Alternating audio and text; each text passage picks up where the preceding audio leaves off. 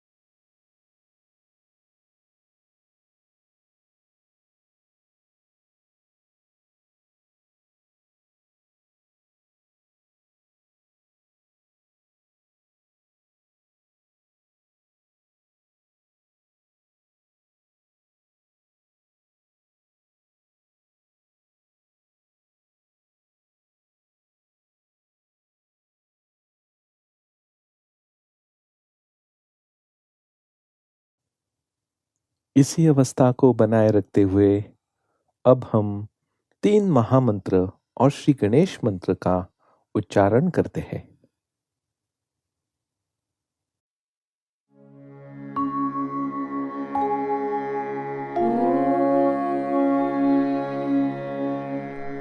त्वमेव साक्षात्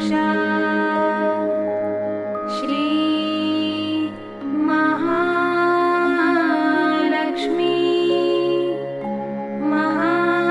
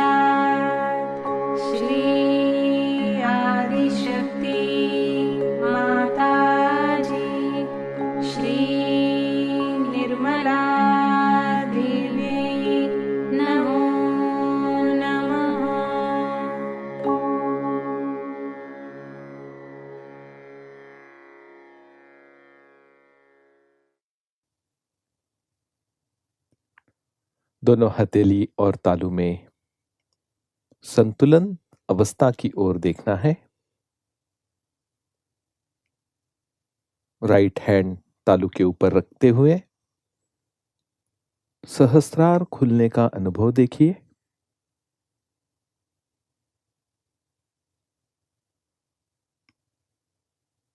right hand गोद में रखते हुए लेफ्ट हैंड से भी ये अनुभव चेक करें। लेफ्ट हैंड तालू के 2 इंच ऊपर सहस्रार चक्र की अनुभूति और हथेली में बहने वाला चैतन्य को देखिए।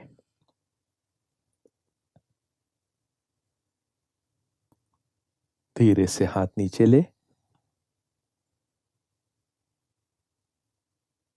इसी अवस्था में अब हम कुछ क्षण ध्यान में बैठते हैं।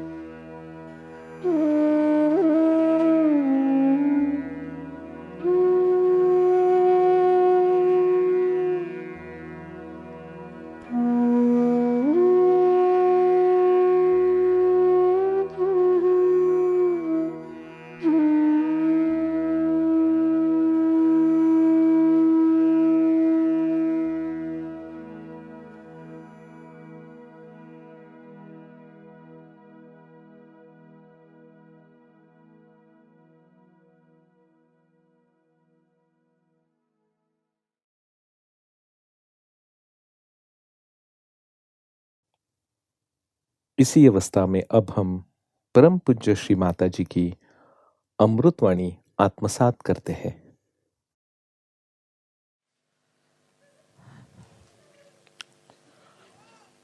Today we have gathered here to do Sri Ganesha Puja.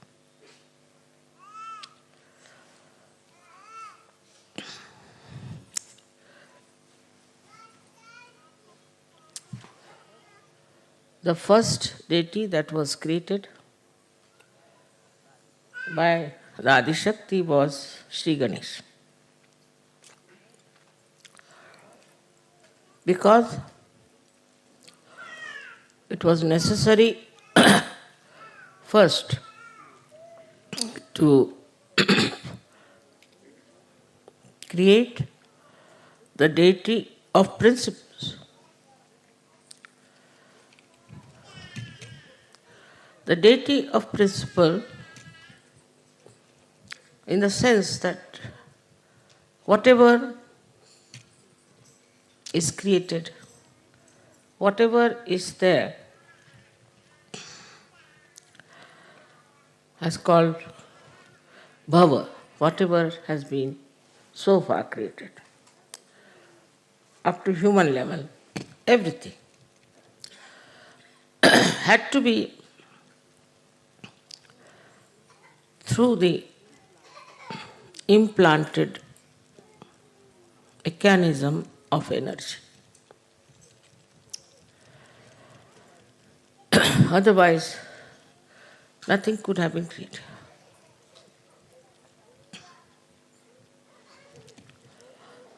If you go into the matter, say sulfur dioxide, then sulfur and oxide go on deep into it till you reach the state when it is a molecule. Then you see these atoms of sulfur and oxygen, they oscillate. They oscillate with a frequency. There are 3 types of frequencies they use. Now imagine in the molecule, think of it.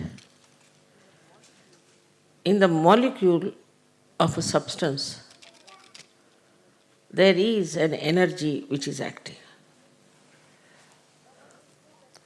Now one may say that why should be in matter there is energy? One can ask a question, why there should be energy in matter?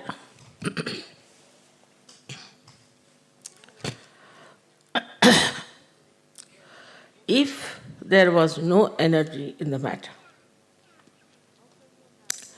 how can you have all chemical compounds? Who pushes them? Say you have sodium chloride. Sodium and chloride are attached to each other. But if the chloride has to go to some other atom, then who does that? There has to be some energy which is absolutely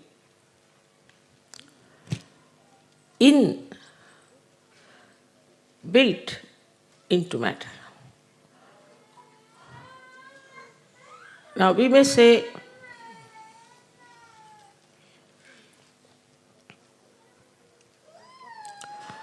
that what about water? You know water has energy. That's how we have hydrostatics. Even coal,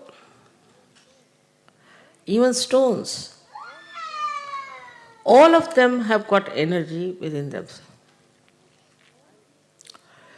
And it is all controlled by the principle of Sri Ganesh. So though he is such a small, tiny little child, how great is his work and how much he has to work out. Now from matter you move, say, to living plants, then to animals, then to human beings. And everywhere his energy works. At the level of matter, they might call it electromagnetic. But potentially, it is the energy of Sri Ganesh, which is electromagnetic at that point. Then it starts evolving, growing. That's how we have different stratas of energies that we see in different growth of the evolution.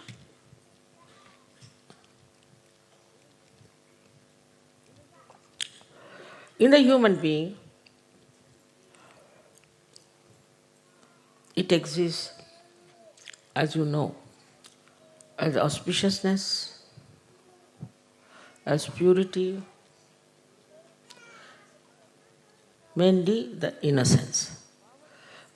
So the power of innocence is such a guiding factor. There's a difference between ignorance and innocence. If you are innocent,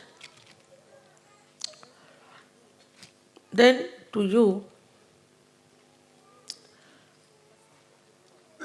nothing is important except for love.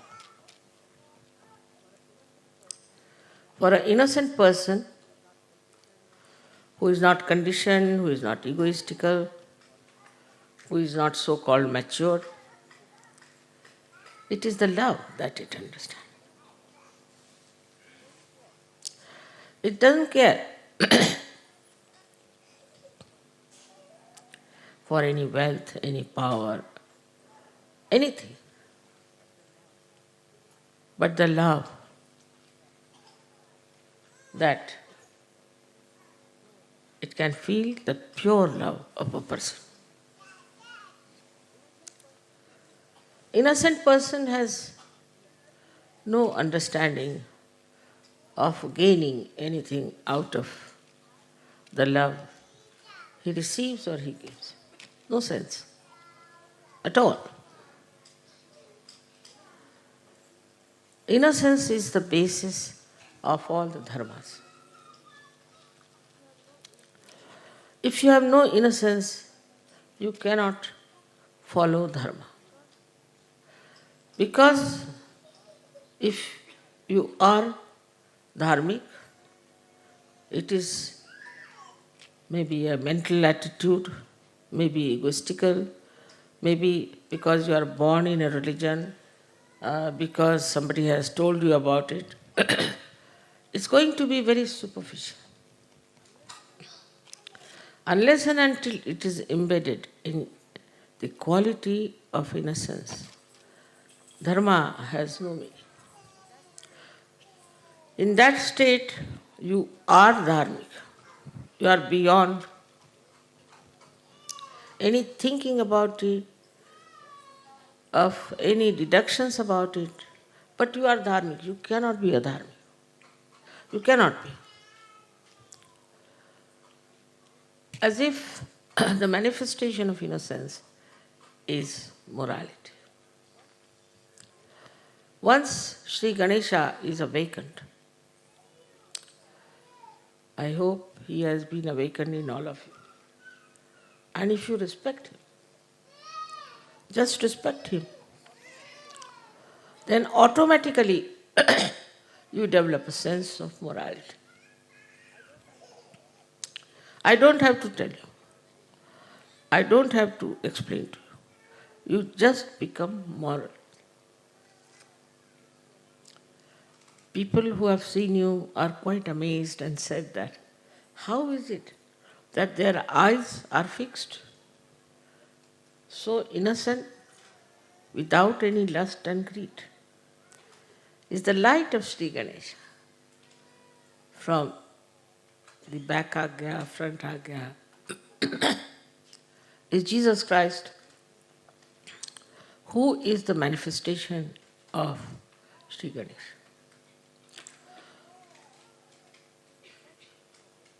It is impossible for Western mind to understand that Jesus Christ was purity. They can't understand. And they have criticized him and said horrible things against. Somehow he is forgiving them. But one thing about Sri Ganesh is that he worships his mother. Motherhood is very important. Motherhood in the women, motherhood in the father, and also in the children has to be accepted as the mainstay of family life and society.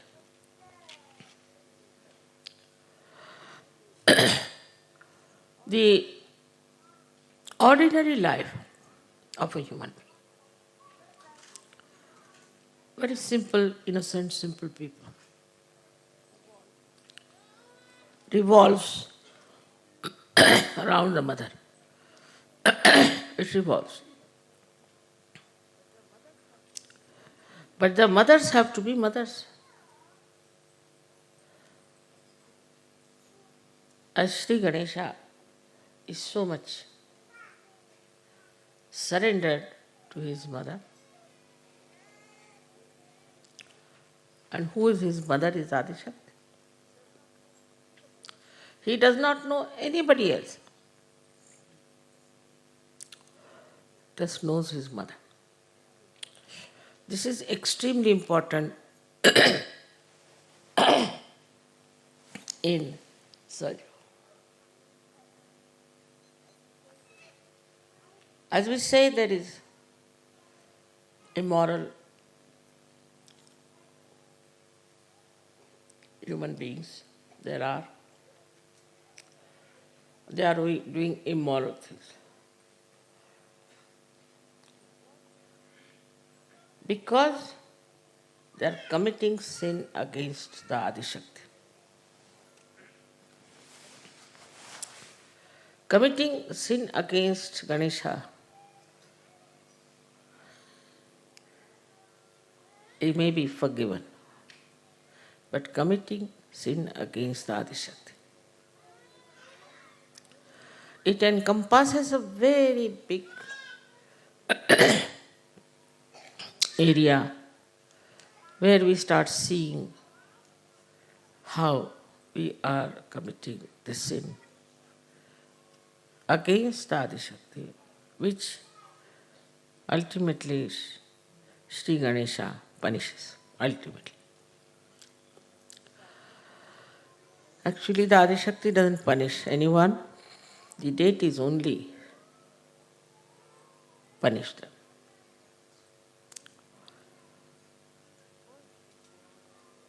First and foremost thing that is to be understood, that innocence should be respected.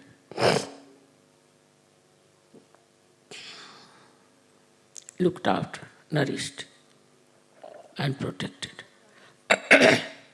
That's why I'm very particular about the children. Children should not be exposed to the public. We should not try to make photographs out of our children and expose them in the newspaper or give them for advertisement or anything like that. It's a very wrong idea to expose your children.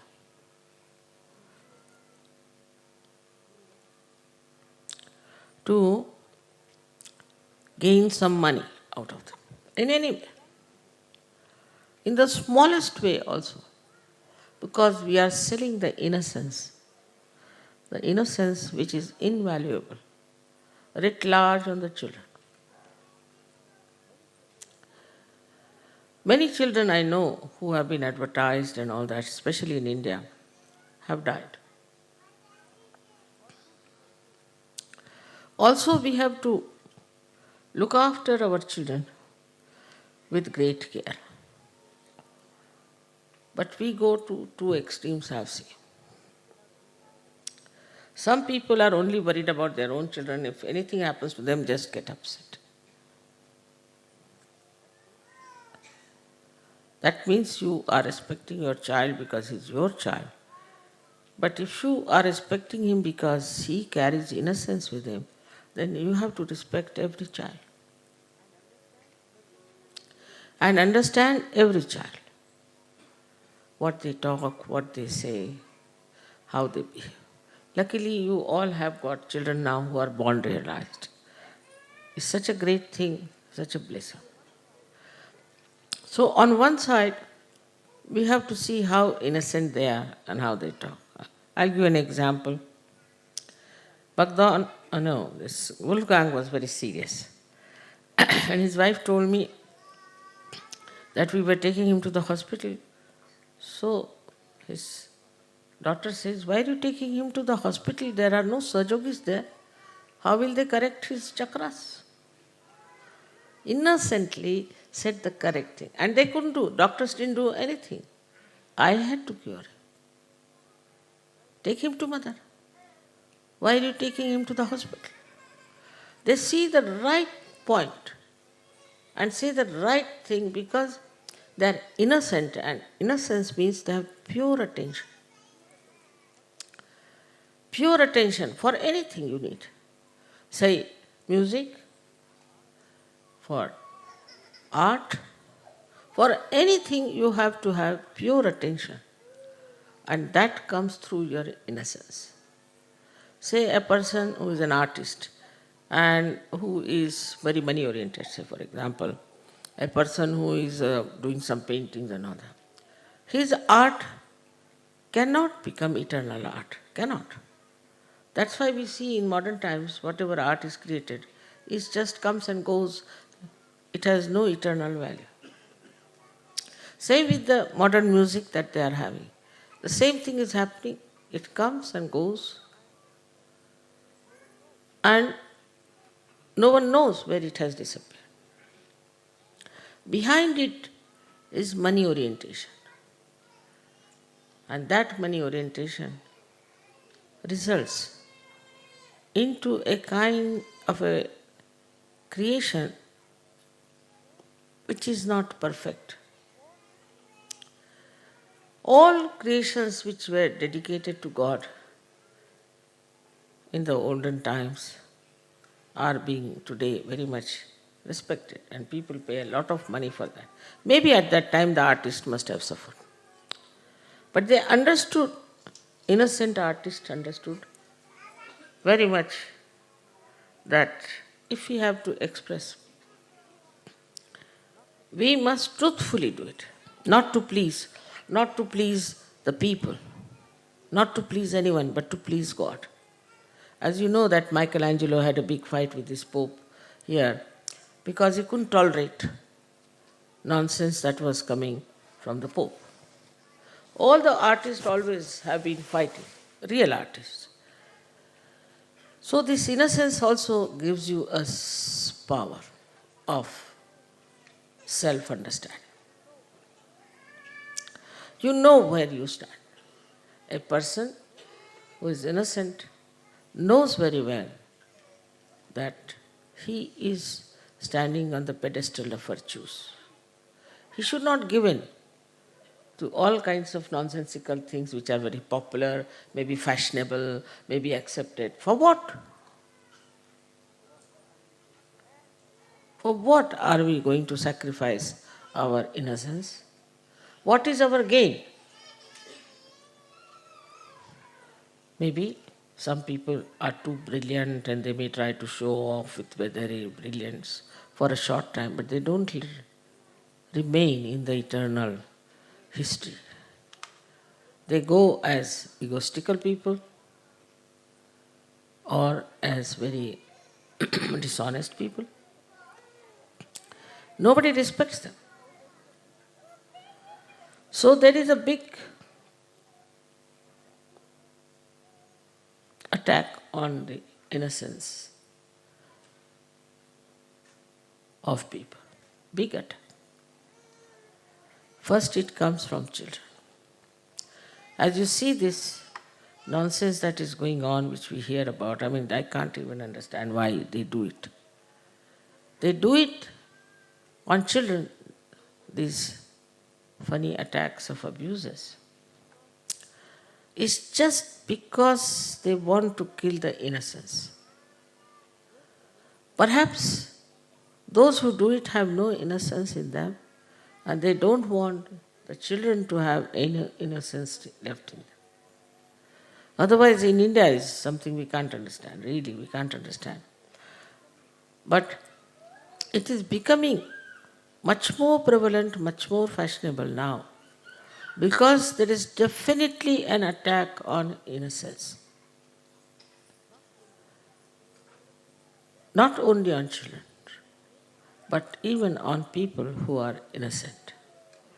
Because those who have deliberations in criminality, in all kinds of sinful act, will never try to protect innocence, never. Because the juxtaposition is there. They are doing something which they think is the best. I don't know if they think that way, but I don't know what justifies their behavior like this, is to attack the innocence of children. In so many ways you will find this innocence is being attacked. If your children are doing well, if they are studying well, somebody might try to catch hold of them. If some person they find is an innocent person, they will try to put him into trouble. The innocence is itself is such a power that it challenges the hatred, the abusive nature of people. First of all, we should see that how our conditioning takes over our innocence. It makes you extremely ritualistic. Even in Sahaja Yoga, I have seen, I have heard also, that people are extremely Shawl, where is it?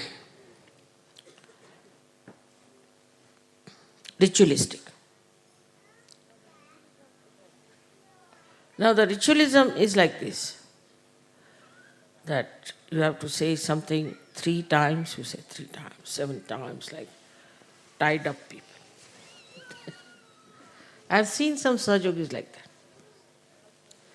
And some Sahajogis, I think they must be bhutish, get frightened with me. What is there to be frightened of me? Because they are bhutish, they are getting frightened. Otherwise, why should you? I love you all, and you won't find a greater mild guru than myself. I don't think so. But they are afraid. Even if you look at them, they'll not smile, they'll be afraid. What wrong have you done? You have become Sahajogis. They are so ritualistic in everything. So one should understand a difference between a protocol and ritualism. An innocent child knows the protocol. I remember there was a child who came to see me in Oxted. And I said, let's go upstairs. So it was a small little staircase of wood. He said, what? Is she going to go up without a red carpet? This came into his head. You see. So for children, you see, innocent children, the worship, everything is not ritualistic. It is heartfelt. You feel it from the heart.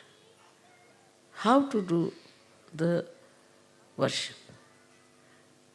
How to show your love is very sweet way an innocent person does it. While a person who is very ritualistic, he may even beat another person because, why did you do this? You should not have put camphor in it. Why did you put the camphor? So it's very wrong. There's nothing wrong. If you do it with your heart, with your open heart, innocently, anything is all right. It is the open heart which is necessary, not the closed heart. Why did you do it? Why did you do it? Where did you see it? What happened? Nothing. Now you are in the kingdom of God. And here there are no such rules and regulations that you should be ritualistic. But everything has a double style. Now I say you need not be ritualistic. So, once I went into an ashram, I found everything was just like a pigsty. I said, what's this? Is this an ashram? Or what is it? So they said, Mother, you told us that you have to be innocent and you don't have to be ritualistic. So we thought, throw all the things wherever you feel like, what is there to be ritualistic? It's a very common thing with all the ashrama people, leaders tell me that Sahajogis have no sense at all of looking after the cleanliness of the ashram. They are least bothered. If it is their house, they look after. But if it is an ashram, they do not. It's very surprising. And I have seen, or I have heard, that the ashrams of bhutish and false gurus are absolutely spick and span. Really. It's very surprising. And even here in Kabera, people were telling me that they are living like animals. I said, animals are innocent, you know.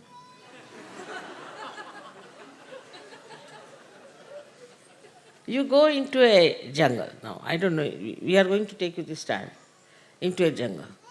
You will have no smell, no horrid things to see, nothing. It's very clean, spick and span, all the time. But you put one human being, you will immediately know there has been a human being. They have their own systems of keeping things clean. Even the tiger, who is an innocent thing, up to animal stage you are innocent. He has his own styles. I don't know if you know about a tiger or not, but a tiger will kill an animal because he has to eat after all. He's supposed to only eat animals, he doesn't eat grass. What to do? He's not a vegetarian. God has made him like that. So he accepts. Now he goes and kills the cow or anything. Then he leaves his kill there for the blood to ooze out. Nobody will touch that. Nobody. Because he is really the king, not out of fear, but a protocol. Then next day he goes, he eats, then his family eats and all that, and finished for the whole month. They come out. Then the lower animals start going there. Like you have, I don't know what you call them. I miss in English. I don't know if they have leopards. Leopards and all these animals come out. And they start eating. Then even lower and lower till the birds. Still the crow, they stay back. Last are crows. Can you imagine? Such a system there. They go all the way from Siberia to Australia. How do they manage? Think of it. What gives them direction is innocence. And the innocence is magnet. It's a magnet. Actually, it's a magnet. In a human being, you do not find a magnet because it has now evolved so much, but it starts just like a magnet. So they know which is north, which is south, east and west.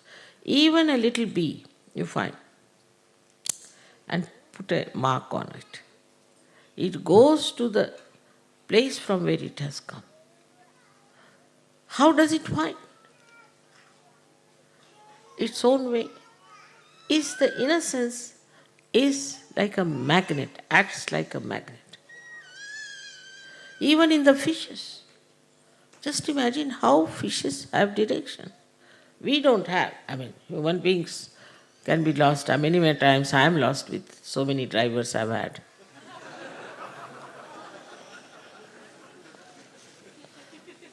So many times I've been lost.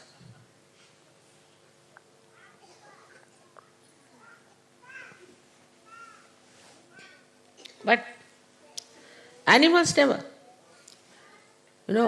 If you take a dog and you don't want the dog, you leave him about, say, 50 miles away, he'll come back. How does he find the way? So, their qualities which are built in within them through their innocence are actually the qualities of electromagnetic force and also pranava. That is, when electromagnetic force is charged with Ganesha's principle. That's why they are so systematic. They are so clean. They are so sensible.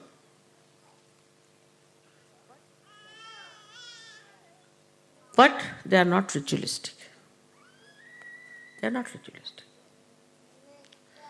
Whatever God has given them, they have accepted, they are bound by that. They are bound and they live with that boundary. Even if you go up to the stage of animals which live with human beings, they too are very affectionate. They just want love, nothing else. See, one day if you do not care for your dog, he will just not eat his food. Not eat his food. You wouldn't care for the food. It is so remarkable, even I have seen among children, how they just want love. They don't accept anything else but love. But as soon as they start growing up, you see, especially in a materialistic world, then the whole materialism comes. So the second way we kill our children's innocence is putting materialistic ideas into their heads.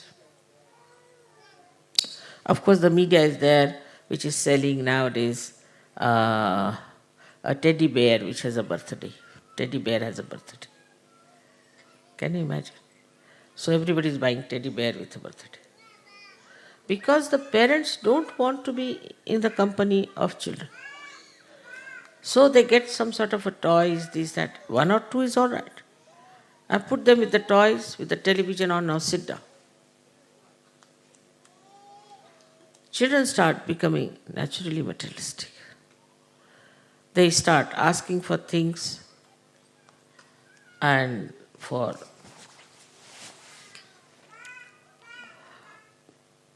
demands of such kind that sometimes one is surprised. You take a Western child to the market and you had it, but you take Indian children, they'll never take anything. Really, it's so difficult to make them, at least I have seen my own grandchildren and other. You take them, it's a headache to buy even another pair of shoes for them. No, but we have one, why do you want to buy another? Baba, that will go give way. No, we can come here. How? We can come in the car or else we can walk. But you will have no shoes, nothing. One is all right. Why to have two? You give them money, they'll buy one small little thing and come. You see, it is the whole tradition of materialism which has brought this innocence to a stop. Then a child starts growing in the same materialistic way. He starts judging people like how many cars you have. See, they are so stupidly materialistic that I went to Boston and the television people asked me how many Rolls Royces you have. I said, I don't have any. They said, we are not interested, you are not in the business. This is what is now the mind of people in the West who have grown up. But even the children, today they want this, tomorrow they want that. All the time there's a competition for materialistic things. Asking for this, asking for that. Just imagine what a race will be there after some years when there will be just people who will be only worried about collecting things and buying things. I mean, buyers and sellers, nothing else. So you have to be very careful with your children that you do not pamper them.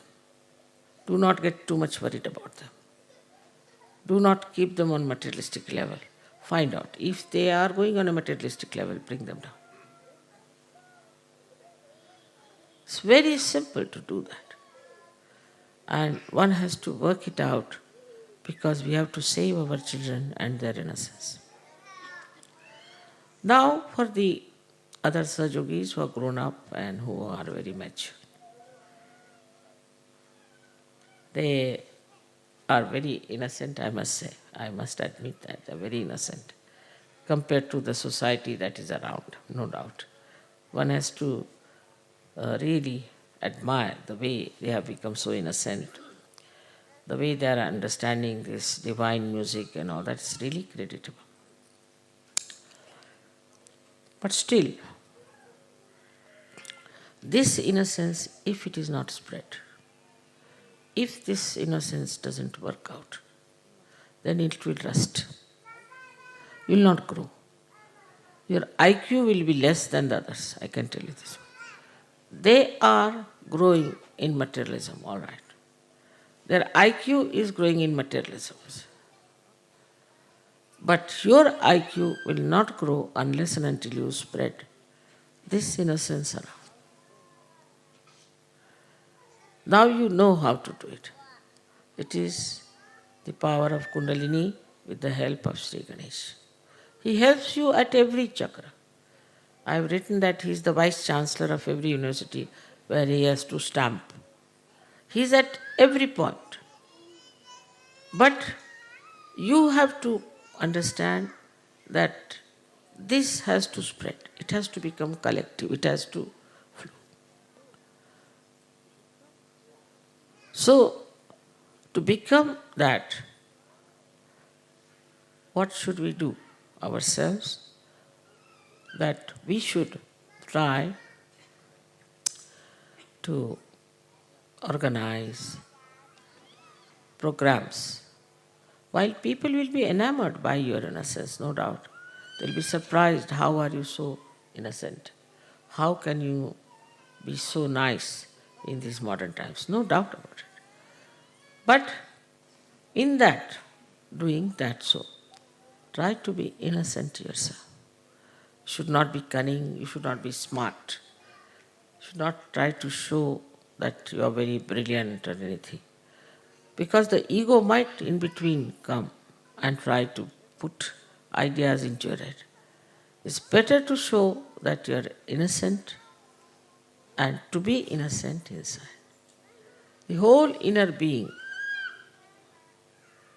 can be really charged with the energy of Sri Ganesh, no doubt. And the outer life becomes innocent. Becomes innocent. I mean, I don't know banking, I don't know money, I am quite bad at everything, all right, at worldly things. But I'm not cunning, I'm not sort of smart, as you can see. But still things are working out because of the inner power that one has. So depend on your inner power and manifest it outside.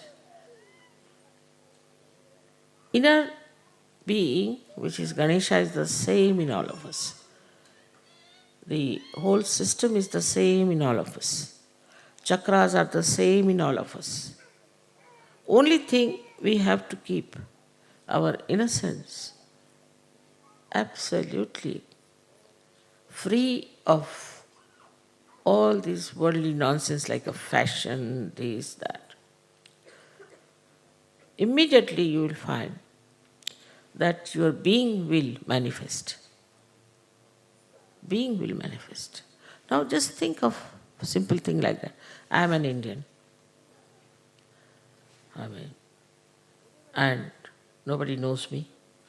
But whenever I have my lecture, I have at least 5,000 to 6,000 people. How? How do they come to my lecture like that? Anywhere in the whole world, minimum. Sometimes even much more. What's so special? So when handling the people, we are Sahajogis, we are saints. We have to talk to them like saints. We have to behave like saints. And they should in no way feel that we are cunning or we are interested in something else. So, once you start doing that, flowing your innocence, all the gods and goddesses will help you. Your creativity will be thousands times more than normal.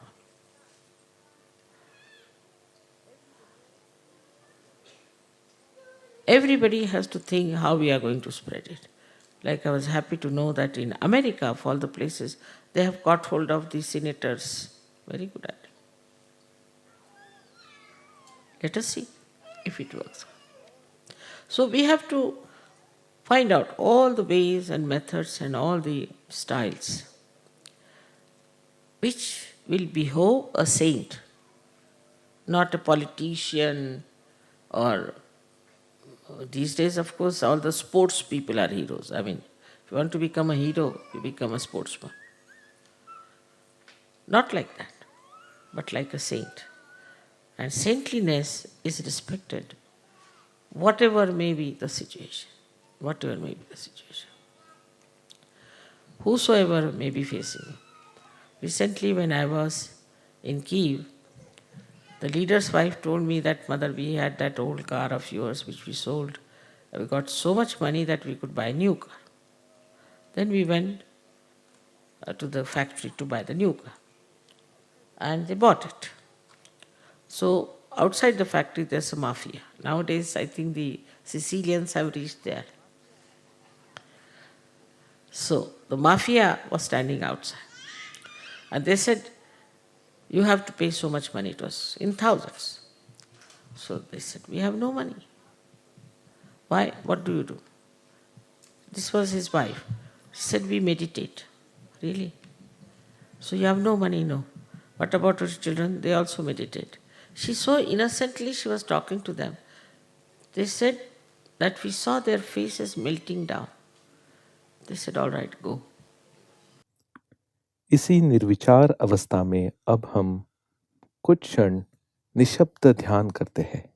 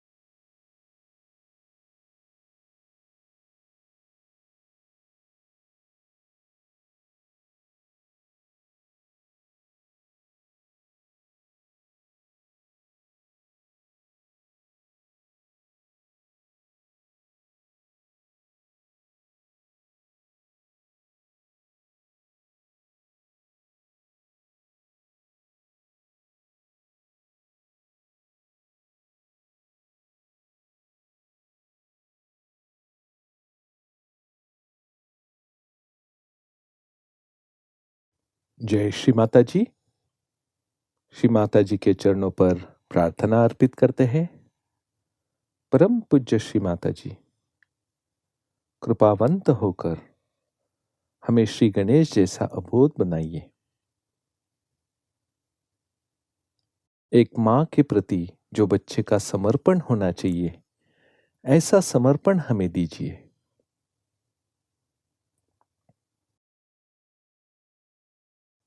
Shri Mata जी, आपके चरणों पर कोटि कोटि नमन। अब हम सामूहिक बंधन लेते हैं।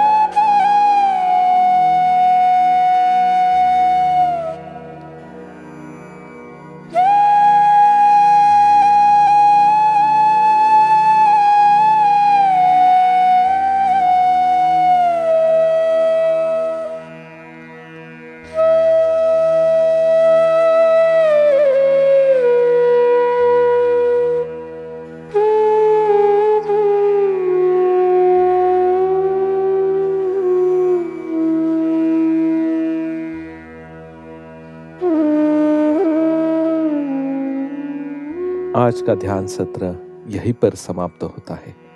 जय श्री माता जी।